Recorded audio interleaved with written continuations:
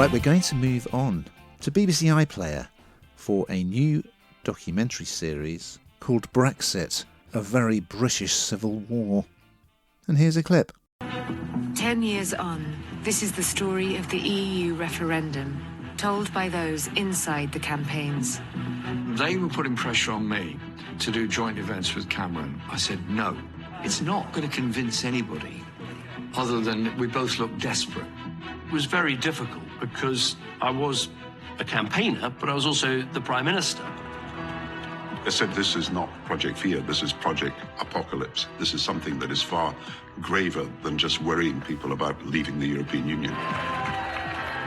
Well, to quote Evita, Hannah, oh, what a circus. Not a very fun one, though, eh? I mean, if you think a two-parter about Brexit is going to be not your cup of tea, think again, because this is just absolutely gripping. I mean, it's also really depressing, and it'll make you really angry. But it's got all the key players being interviewed: Cameron, Johnson, Govey, Gordon Brown. Yeah, and it's just what a terrible tale from start to Farage, of course, from start to finish. You know, this referendum, which only a section of the Tory party wanted, no one else did. And then David Cameron unexpectedly found himself having then to deliver it. And then just the lies that were told to the public. And of course, Boris Johnson, I mean, he used to be employed by the Telegraph to make up stories slagging off the EU, literally just making things up. And then he, of course, famously went from, you know, obviously as a Tory, he was supposedly backing Cameron's Remain position, and he just swaps over to Leave. You've got Dominic Cummings. Oh my God. I mean, he didn't give an interview for this, interestingly. The guy who famously drove to Barnard Castle to test his eyesight during lockdown. Jesus Christ. So yeah, he was very much the architect of the Leave campaign. Well, there were kind of two Leave campaigns. There's Farage's, and then there was another one as well, which Cummings was in charge of. But he's just so obnoxious and shouty and rude that they tried to fire him, but it backfired, so to speak. So Johnson's sister is in it. She's very amusing. Boris is doing his usual clown act, which has become rather tired now. He used to charm people, but now it's just, oh God, so depressing.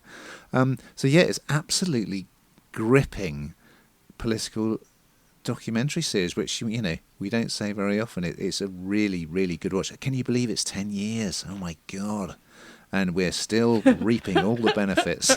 So, yeah, whichever side you come down on, it's a great watch. What did you think, Hannah? Yeah, I mean, it is a great watch, isn't it? It's not something for the faint-hearted, really. As you say, whatever side you come down on, it's yeah. I mean, it's laughable in places, isn't it? And that's the only way you can look at it now. As you say, 10 years on, I remember waking up to the news, and I just didn't really believe it. My heart sort of was like, no, this is an April Fool. That's got to be right. Anyway, here we are. With sewerage in our waters. Anyway, I digress. But it is a good view, and as you say, the political big hitters are in there. And apart from Dominic Cummings, not such a political big hitter, but somebody who's left an imprint on most of our memories. But they are interviewed, and I think that is really interesting. And I think it just shows up once again, you know, the kind of want for political gain, the gravy train, everything that everybody wants to get onto, rather than the matter in hand, which may or may not have been, you know, a wise choice for people. And also, perhaps, you know, the reasons for people voting, you know, were the lies that, you know, the things that they thought they were voting for, not really seeing the bigger picture. So I think it is really, really interesting. And there'll be lots of people, I'd imagine, possibly changing their views, but also making them question, because there's probably still a large amount of ignorance around this area. Well, the good news is we're all better off. The British economy is better. Booming. The NHS has got loads more money, and immigration is no longer a problem. So, I'm pleased. yeah. I'm pleased those buses were right. I'm pleased. I'm pleased. Happy days. No more politics. No more politics on this podcast.